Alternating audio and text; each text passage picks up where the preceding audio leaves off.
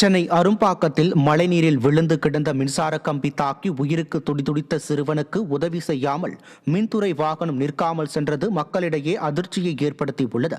அரும்பாக்கத்தைச் சேர்ந்த ராபர்ட்டின் 9 வயது மகன் ராயன் பள்ளிக்கு சென்றுவிட்டு வீட்டிற்கு திரும்பிய போது மழைநீர் தேங்கியிருந்த சாலை ஓரமாக நடந்து சென்றார்.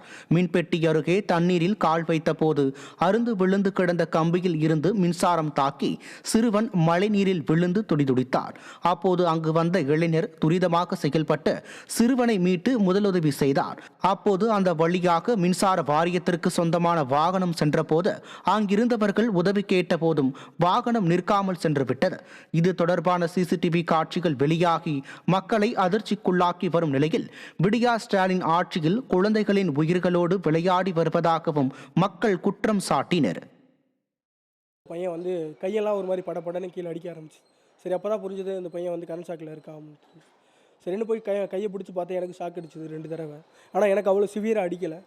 நான் பிடிச்சி அவ்வளோ நம்பிக்கையோடு பிடிச்சி வந்துடுவான் அப்படின்ற ஒரு நம்பிக்கையோடு பிடிச்சி இழுத்தேன். என்கிட்ட வந்துட்டான் பையன். தூக்கிட்டு போய் அங்கே ஃபஸ்ட் எய்டு கொடுத்து நெஞ்சில் அவன் கையை வச்சு அவன் கையில் நெஞ்சில் அமுக்கி இது பண்ணி செஞ்சு இப்போ நல்லா இருக்கான் சார் பையன்.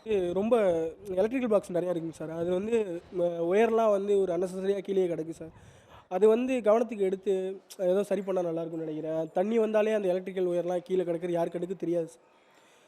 அது அந்த எதிர்பார்க்காத விதமாக அந்த பையன் அதில் மாட்டிக்கிட்டான் சார். வேறு தூத்துக்குடி மாவட்டம் திருச்செந்தூர் கடற்கரையில் சிறு வியாபாரிகளின் கடைகளை ஜேசிபி இயந்திரம் மூலம் அறநிலையத்துறையினர் அராஜகமாக அகற்றினர்.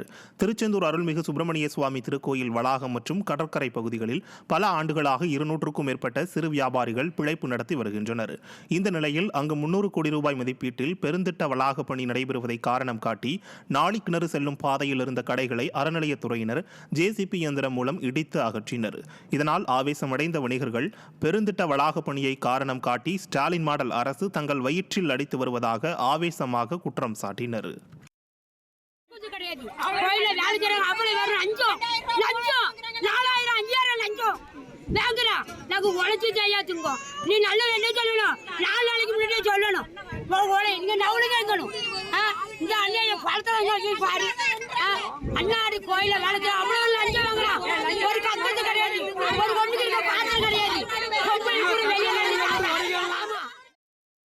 திடுதுப்புன்னு ஜேசிபி உடச்சி எல்லாத்தையும் அள்ளி வண்டியில் தூக்கி போட்டுட்டு இருக்காங்க. ஆனால் எங்களுக்கு இந்த திருச்செந்தூரை பொறுத்தளவுக்கு நிறைய பெண்கள் விதவை பெண்கள் தான் இருக்கும். அவ்வளோ வெறும் நாங்கள் சம்பாதிச்சு தான் வீட்டில் பிள்ளைங்களை காலங்கழிக்கிற மாதிரி இருக்குது நிலவரம். எனக்கும் எங்கள் வீட்டுக்காரர் கிடையாது.